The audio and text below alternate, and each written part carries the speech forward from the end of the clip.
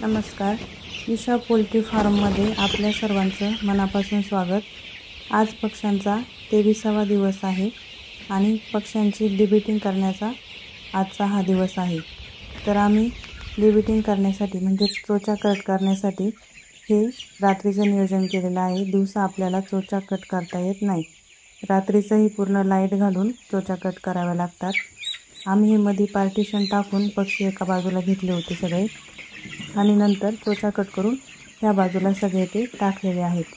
आमचे 2 पोरं पक्षी आणून ह्या कॅरेटमध्ये टाकतात आणि आम्ही दोन जण इथं चोचा कट करत आहोत. 2 मशीन आहेत, त्याच्यावरती ती कॉईल जी लाल झालेली दिसते ती कॉईल आहे, ती तापते व्यवस्थित आणि आपल्याला पक्षी त्याच्यावरती धरून ती चोची आपोआप जळते.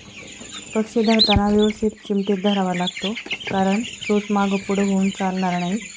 चोच मागं पुढं झाली तर खालची चोच तशीच राहून वरची चोच जास्त जळते किंवा त्यांच्या जिभेलाही चटका बसतो. म्हणून व्यवस्थित अंगठ्यामध्ये आणि अंगठ्याच्या शेजारच्या बोटामध्ये पक्षी चांगला धरून तो व्यवस्थित त्या कॉईलवरती ठेवावा लागतो.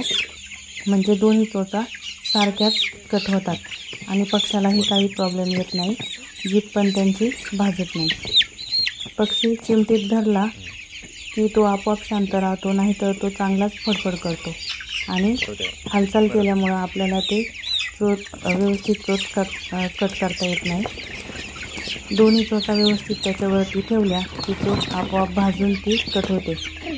आम्ही हे असं नियोजन केलेलं आहे.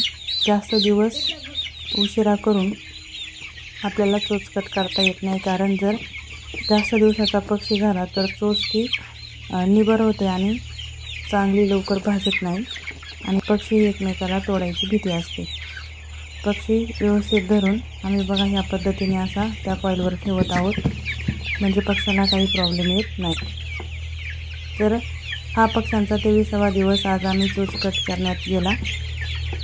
इथून पुढेही आपल्याला जर काही ह्याविषयी मार्गदर्शन पाहिजे असेल तर तुम्ही निश्चित आम्हाला कमेंट बॉक्समध्ये सांगू शकता. नमस्कार.